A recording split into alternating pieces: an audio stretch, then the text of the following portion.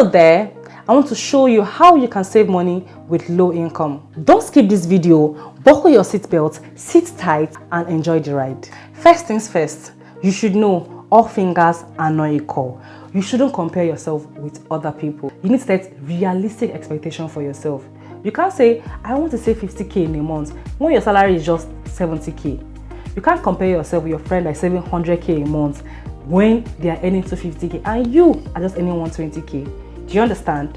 Are you seeing where I'm going with this? The second thing to note is you need to set a goal for why you are saving. Why are you saving? Are you saving for school? Are you saving to start a business? Are you saving to start an investment? Are you saving to buy a property or a land? You need to first set a goal before you actually start saving. You can't say, oh, I want to save 100k for my 300k salary without having a goal in mind. If you don't have a goal, the probability of you stopping that savings is very, very high. So set a goal that is realistic. My next point is I would advise you to set a percentage of your salary. For example, 20% of your salary, 30% of your salary should be your savings.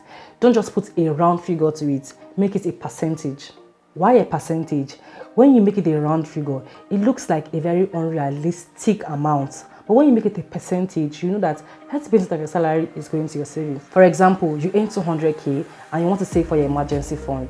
Let's say you want to save 20% of your 200k salary. That is just 40,000 naira. Psychologically, it wouldn't look like a lot. So I advise you to save using percentage. The next thing I would advise you to do is create a bank account where you don't have an ATM, you don't have access to using USSD, you don't have internet banking, you don't have mobile banking, nothing. Why do I say so?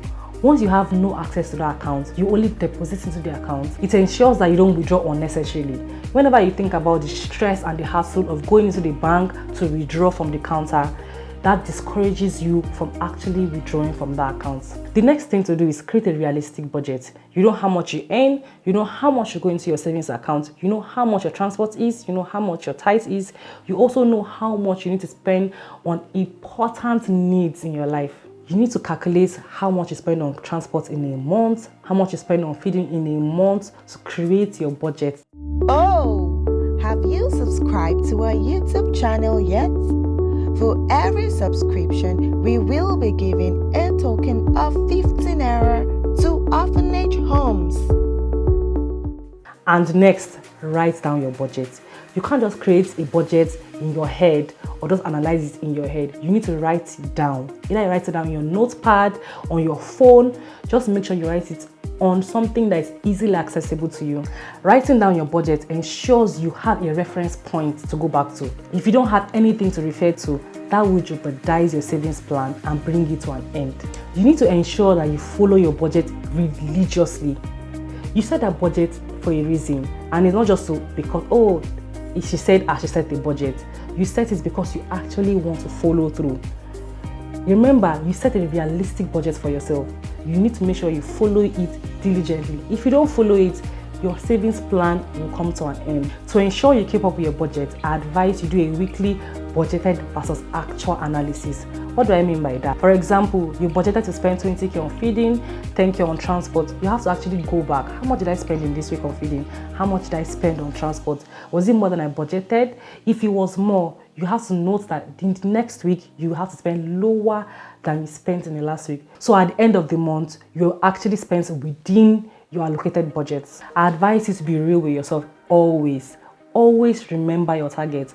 Don't forget why you're actually saving and why you actually started this process in the first place. Even though there are times where hunger wants to unalive you, but please and please find solutions and ways in which you wouldn't spend more than you actually plan to spend. I understand why in Nigeria there are unforeseen circumstances and you are thinking about that savings I have. Should I spend it? It is only those that are alive that can save. But remember, there are other ways to eat without spending money. What do I mean by that? Go and visit your friends and family when you know that food is ready. Go and visit your friends and family when you know they just went to the market and collect food stuff from them. We're all alive to help each other. We both know you only live once, right? So once in a while, try and splurge on yourself. Don't just restrict yourself to just saving and investing and all that. Once in a while, spend on yourself. Carry yourself to eat. Even if it's Chicken Republic that is luxury for you, do it.